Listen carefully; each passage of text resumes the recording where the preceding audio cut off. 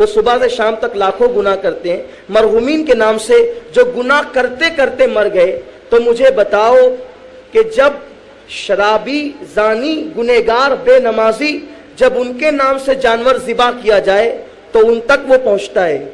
تو اگر غوث پاک کے نام سے مرغا ذبح کیا جائے تو کیوں نہیں پہنچے گا؟ غریب نواز کے نام سے بکرا ذبح کیا جائے تو کیوں نہیں پہنچے گا؟ تو پتا چلا کہ جانور نہیں پہنچتا، اللہ نے تو فرمایا اللہ تک بھی نہیں پہنچتا تمہارے جانور کا خون اور گوشت، وہ تو تم ہی کھاتے ہو، مگر کیا پہنچتا ہے؟ دلوں کا تقویٰ پہنچتا ہے۔ تو جس طرح قربانی کے جانور میں دلوں کا تقویٰ پہنچتا ہے، اسی طرح غریب نواز اور غوث پاک تک دلوں کی محبت پہنچتی ہے، جس محبت پر رسول اللہ صلی اللہ علیہ وسلم نے شہادت کے موت کی بشارت عطا فرمائی ہے۔ تو جانور خوبصورت ہو، فربا ہو، تندرست ہو، بہتر سے بہتر ہو، اسی طرح جانور میں کوئی عیب نہ ہو۔ عیب کا مطلب لوگ یہ سمجھتے ہیں تھوڑا سا بھی کان کٹا ہو تو سوچتے ہیں کہ عیب ہے، نہیں۔ عیب کے بارے میں یہ مسئلہ آپ سماعت کر لیں کہ کسی بھی عضو کے 3 حصے کیے جائیں گے، اور 3 میں سے اگر ایک حصہ کٹا ہوا ہو 1/3 تو وہ عیب مانا جائے گا، ورنہ نہیں۔ اسی طرح آج جو ہے وہ بکرے کی قربانی ہو تو وہ 1 سال کی اس کی عمر ہونی چاہیے، بیل کی ہو تو 2 سال کا ہونا چاہیے، اونٹ کا ہو تو 5 سال کا ہونا چاہیے۔ بیل کے حکم میں بھینس وغیرہ سب داخل ہے۔ اب یہاں پر ہندوستان میں ہمارے یہاں عمر کا اندازہ اس طرح سے لگایا جاتا ہے کہ جانوروں کے منہ چیر کر دیکھے جاتے ہیں، جس جانور کے بڑے دانت ہوتے ہیں 2 تو ہم اسے 2 سال کا سمجھتے ہیں، کیونکہ یہ تجربے سے ثابت ہے۔ حالانکہ یہ شریعت میں ایسے 2 دانت 4 دانت نہیں ہے، لیکن تجربہ یہ بتاتا ہے کہ 2 دانت اسی جانور کے ہوتے ہیں جو 2 سال کا ہوتا ہے، 4 دانت کا ہوتا ہے تو 4 سال ہو جاتے ہیں، 6 دانت کا ہوتا ہے تو پھر اس کی عمر بڑھ جاتی ہے اور بڑھاپے کی منزل میں پہنچ جاتا ہے۔ مگر کبھی کبھی ایسا بھی ہوتا ہے کہ کچھ جانور ایسے ہوتے ہیں جو چرائی پر نہیں جاتے، یعنی کھیتوں میں نہیں چرتے، بلکہ وہ کھوٹے پر پلتے ہیں۔ اب وہ کھوٹے پر پلتے ہیں تو وہ جو ہے وہ چونکہ اکھاڑ کر کے گھاس نہیں کھاتے۔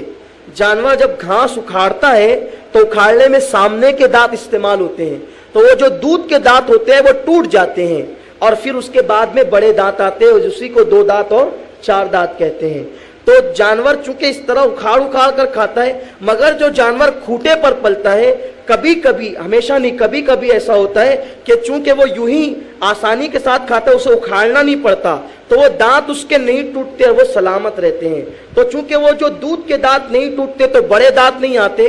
اگر اس کا پالنے والا، اس کا جو مالک ہے وہ مسلمان ہو اور متشرع ہو، اگر وہ یہ گواہی دے کہ میں شہادت دیتا ہوں کہ یہ جو جانور ہے وہ 2 سال کا ہی ہے، اور شرعی گواہ اس پر موجود ہو کہ ہاں واقعی یہ 2 سال کا یا اس سے زیادہ ہے، تو ایسی صورت میں دانت کا اعتبار نہیں ہوگا، مگر شرط یہ ہے کہ اس کا پالنے والا مسلمان ہو، اسی گھر میں وہ پیدا ہوا ہو بچہ، اور اسی گھر میں وہ بڑا ہو، اور اس کا پالنے والا متشرع ہو، وہ شہادت دے تب ایسا۔ اگر کوئی عام آدمی جو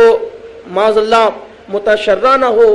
اور یا معاذ اللہ وہ فاسق ہو یا فاجر ہو یا کافر ہو، تو ایسی صورت میں ان کی بات کا اعتبار نہیں۔ اور عام طور پر جو لوگ جو ہے وہ جانوروں کا دھندا کرتے ہیں تو ان پر تو اور بھی اس سلسلے میں اعتبار نہیں کرنا چاہیے، کیونکہ دھڑلے سے میں نے دیکھا ہے کہ لوگ جھوٹی قسمیں کاروبار میں کھاتے ہیں۔ تو اس لیے ان لوگوں کی گفتگو کا اعتبار نہیں ہوگا، جس کے گھر میں پلے گا اسی کا اعتبار ہوگا، اور وہ بھی شرط پر کہ وہ متشرع ہو اور وہ سچا ہو۔ میرے پیارے آقا صلی اللہ علیہ وسلم کے پیارے دیوانوں،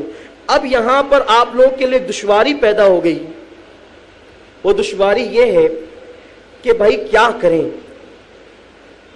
ہمارے پاس 15,000 ہے تو ان لوگوں نے کہہ دیا کہ قربانی واجب ہے۔ پہلی بات تو اسی میں ہم مشہور ہے کہ یہ نیا مسئلہ لاتے ہیں، تو نیا مسئلہ ہم کبھی نہیں لاتے، واللہ ہم کبھی نہ لا سکیں گے نیا مسئلہ۔ جو نیا مسئلہ لائے گا وہ معاذ اللہ ثم معاذ اللہ کی